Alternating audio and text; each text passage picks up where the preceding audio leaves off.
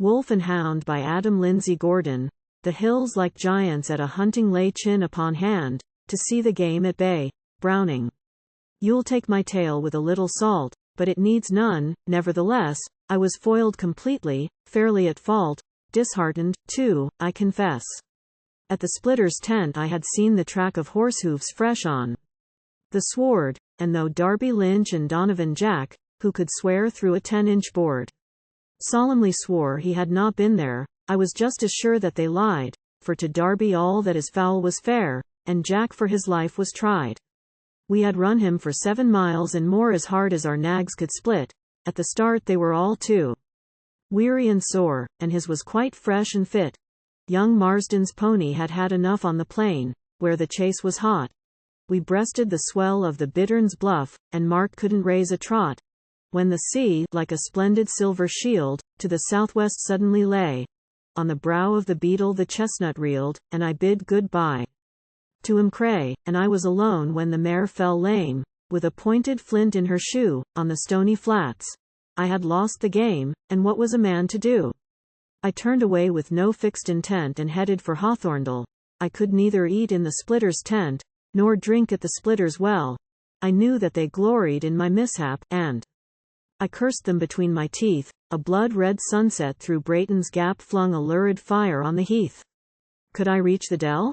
I had little reck, and with scarce a choice of my own I threw the reins on Melody's neck. I had freed her foot from the stone.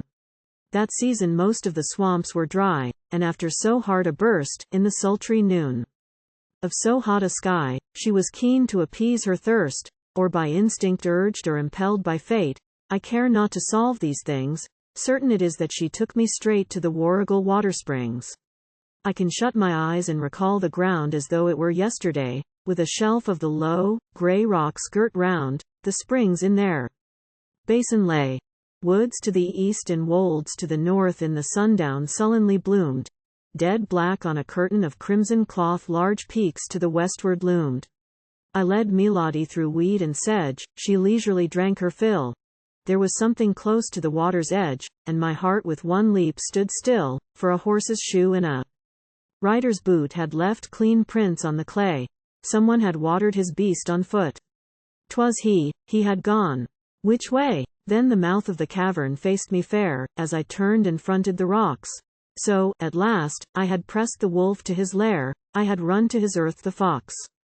I thought so. Perhaps he was resting. Perhaps he was waiting, watching for me. I examined all my revolver caps, I hitched my mare to a tree. I had sworn to have him, alive or dead, and to give him a chance was loath. He knew his life had been forfeited, he had even heard of my oath. In my stocking soles to the shelf I crept, I crawled safe into the cave, all silent. If he was there he slept not. There, all dark as the grave. Through the crack I could hear the leaden hiss, see the livid face through the flame. How strange it seems that a man should miss when his life depends on his aim. There couldn't have been a better light for him, nor a worse for me. We were cooped up, caged like beasts for a fight, and dumb as dumb beasts were we. Flash, flash, bang, bang, and we blazed away, and the grey roof reddened and rang. Flash, flash, and I felt his bullet flay the tip of my ear. Flash, bang, bang, flash, and my pistol arm fell broke. I struck with my left hand then, struck at a corpse through a cloud of smoke.